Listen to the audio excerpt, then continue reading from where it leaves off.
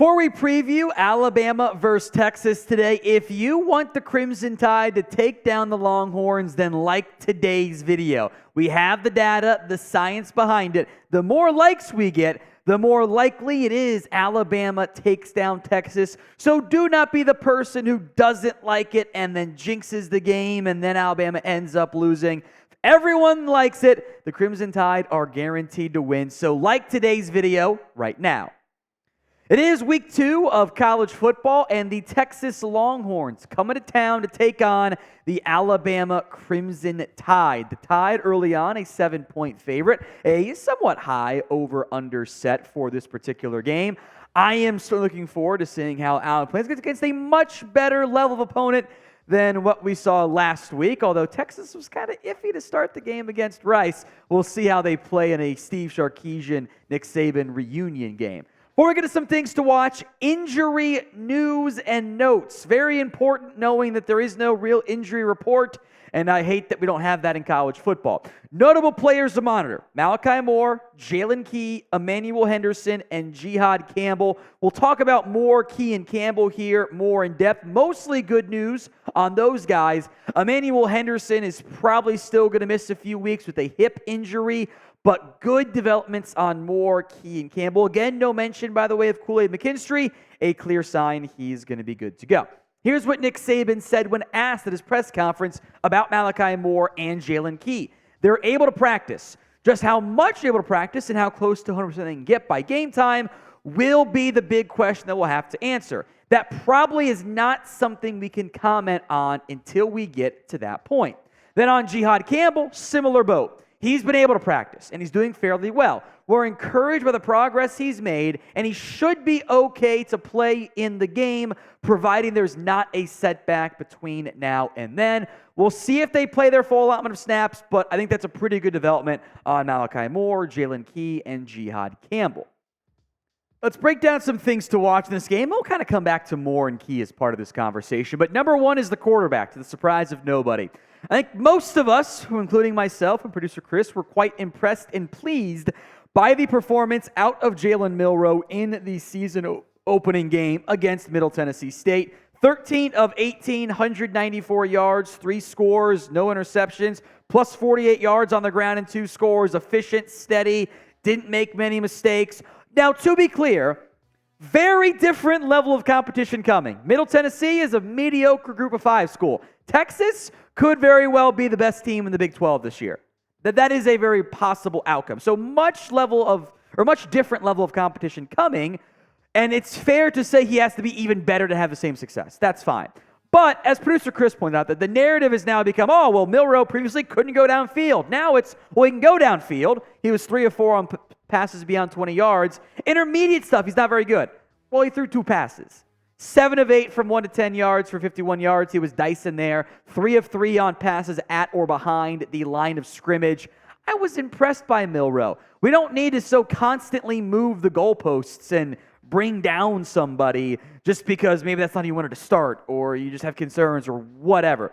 Now, tougher competition coming. Milroe was great, by the way, when blitzed, which I think you might see some from Texas try to get home and bring some pressure against Milroe. It's still early. There is still a lot of growth that still needs to happen for him to become a truly SEC, college football playoff contender, championship, whatever, quarterback. Do you believe in Jalen Milroe? Y for yes, N for no. This is going to be today's pinned comment, so if the ad comes here on YouTube, take advantage of it. Head down there and let me know. What to watch for number 2, how about Quinn Ewers and company? This Texas offense under Steve Sarkisian, maybe not a huge surprise, has some really awesome playmakers. Now, Quinn Ewers last year, if we are being honest, had he not gotten hurt with that shoulder injury, I think Texas wins that football game. And they damn near did if it wasn't for some Bryce Young magic. He was 9 of 12 for 134 yards, 0 touchdowns, 0 INTs. Took that really hard hit to the shoulder in the red zone. I think it was Dallas Turner hit him. Is that right? It was Dallas Turner? Oh, he's still out there. That's good for Alabama. He was really good. He was fine against Rice. Slow start got going. He has got some dudes on that offense to spread the ball around to. Xavier Worthy leading the way. 60 catches, 160 yards last year. Going to be easily be a 1,000-yard receiver. Not even beyond Worthy receiver, there's Jordan Whittington, who is really good once the ball's in his hands. I'm a big fan of A.D. Mitchell, the Georgia transfer. Maybe he is a piece. Didn't do a ton. We'll see there. There's also a very good tight end in Jatavion Sanders, who for a tight end, this is actually really great production. He had a nice game, by the way, against Rice. Texas can cook when the ball is going through the air. There's also, we'll see how much we end up seeing out of Killian Robinson, the former Bama back, but there are playmakers for Texas on offense. So tying into that then is what to watch for number 3. That is Tyrion Arnold, and really to a certain extent the Bama secondary being able to mitigate that dynamic Texas passing game. Before we get more in depth on that, today's show is made possible by our sportsbook partner, BetUS. Head over to chatsports.com/TideBet and use promo code TIDE125 for a 125% deposit bonus. Chatsports.com/TideBet. Minimum $100 down with promo code TIDE125 gets you that deal.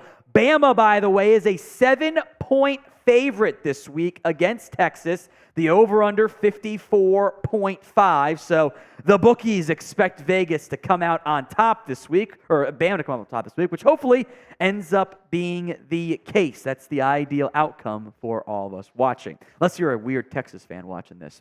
All right, back to Tyrion Arnold here. It wasn't bad last year. Now, my suspicion is that Sark is going to try to avoid throwing in the direction of Kool-Aid McKinstry. Now, maybe that doesn't always happen, but he was challenged, by the way, on the first play against MTSU. Didn't exactly go that well. Arnold needs to be steady. He needs to be a player that teams cannot target. Fair or not, there's going to be a big target on his back because he's not Kool-Aid McKinstry. He's going to get a lot more balls thrown his way. Here's what Arnold said about preparing for Texas, by the way. With Sark, he's a genius. Obviously, he's been here and he knows our defense very well, so we have to do a good job of communicating. And I feel like with my teammates, putting a bond in the offseason, really just growing and knowing how they are, we do a better job of communicating. So I feel like it's very easy now. At the end of today's show, we will have my score prediction and producer Chris's score prediction.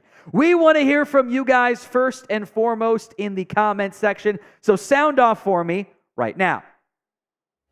What to watch for, number 4, that is the offensive line play. A good offensive line, or a bad one, will make or break a lot of how this season goes for the Crimson Tide. The starting 5 is pretty clear now. It's Caden Proctor, Tyler Booker, Seth McLaughlin, Darian Dalcourt, J.C. Latham.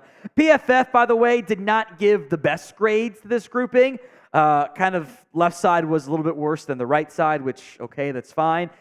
Middle Tennessee State, low bar, much higher and challenging expectations this week. Here's what stud right tackle J.C. Latham said about the Texas defense. They're big, they're stout, they can run, they're active with their hands, they're a really great defensive line, they play great together, and they're in a really great scheme. Just the opportunity to play in games like this, the biggest games of the season, one of the biggest of the season, definitely the biggest of the week to us. That's why you come here. You want to play in these games and go against the best teams. Have an opportunity to prove to yourself why you're here. So yeah, definitely a reason why I came to Bama. Names to watch this week, by the way. Keep an eye on Alfred Collins, the defensive tackle. I think maybe some Byron Murphy mixed in there as well. There is some talents on that Texas defense. Final thing to watch for, the penalties. That was an issue last year, and it damn near sunk the game entirely for the Crimson Tide. I will forever love Will Anderson. It's probably the worst game we saw him play, Mr. Chris, all year. Like Will Anderson last year, in part because of penalties. The Crimson Tide had 15 penalties for 100 yards in last year's game. Texas had 5 for 30. It was sloppy. Of those penalties, the 15 of them, 11 were dead ball fouls, something Nick Saban absolutely hates, and a couple of them, by the way, were committed by Will Anderson. If you play sloppy in a game that is going to be a closer game, really bad things tend to happen. Now, if you made it this far and you haven't already liked the video, which is kind of weird because we all want Bama to win, better chance they go penalty-free, or at least win the penalty battle if you like today's video. So make that happen for me right now.